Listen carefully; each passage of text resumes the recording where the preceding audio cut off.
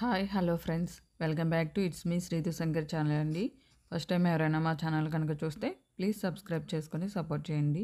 ఇలా మీరు సపోర్ట్ చేయడం వల్ల మాలాంటి చిన్న యూట్యూబ్ ఛానల్స్కి మంచిగా ఎంతో హెల్ప్ చేసిన వాళ్ళు అవుతారండి. ఇక వీడియోలోకి వెళ్తే మనం ఇన్స్టెంట్ గోంగూర నిలవ పచ్చడి అంటే ఒక 15 డేస్ 20 డేస్ నిలవ ఉండాలి అనుకుంటే ఈ రకంగా నేను వీడియో చూపిస్తున్నాను కదండి, ఈ రకంగా చేసుకుంటే ఉంటుందండి. మంచిగా తడి స్పూన్స్ అవి పెట్టకుండా ఇక్కడ వీడియో క్లిప్లో చూపించినట్టు నేను ఎండుమిర్చి అనేది తీసుకున్నాను. ఇక్కడ పచ్చికారం అనేది తీసుకోకుండా ఎండుమిర్చి ఇక్కడ నేను 200 గ్రామ్స్, అంటే ఇది గోంగూర చాలా పుల్లగా ఉంది.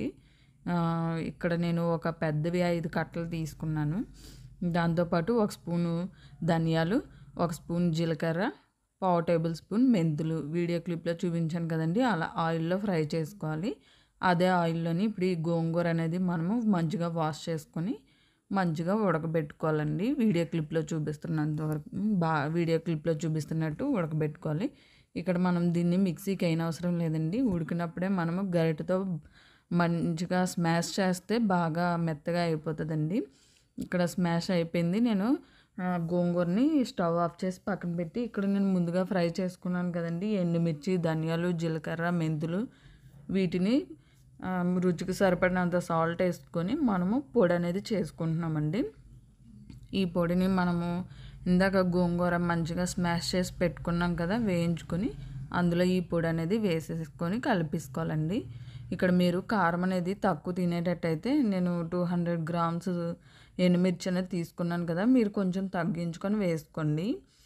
చింతపండు అది అవసరం లేదండి, ఎందుకంటే ఇక్కడ నేను ఎక్కువ గోంగూరే పుల్లగా ఉంది, అందుకని నేను చింతపండు వేసుకోలేదు. ఒక్కొక్కరు వేసుకుంటారు. ఇక్కడ చూడండి, నేను తిరగమూత అనేది పెట్టుకుంటున్నాను. 4 టేబుల్ స్పూను మినపప్పు, శనగపప్పు, జీలకర్ర, ఆవాలు, ఎండుమిర్చి, కరివేపాకు. ఇక్కడ నేను స్వామికి అనేది తయారు చేస్తున్నానండి. మా ఆయన గారు స్వామి మాల వేసుకున్నారు, అందుకే నేను వెల్లుల్లి అనేది యూజ్ చేయలేదు.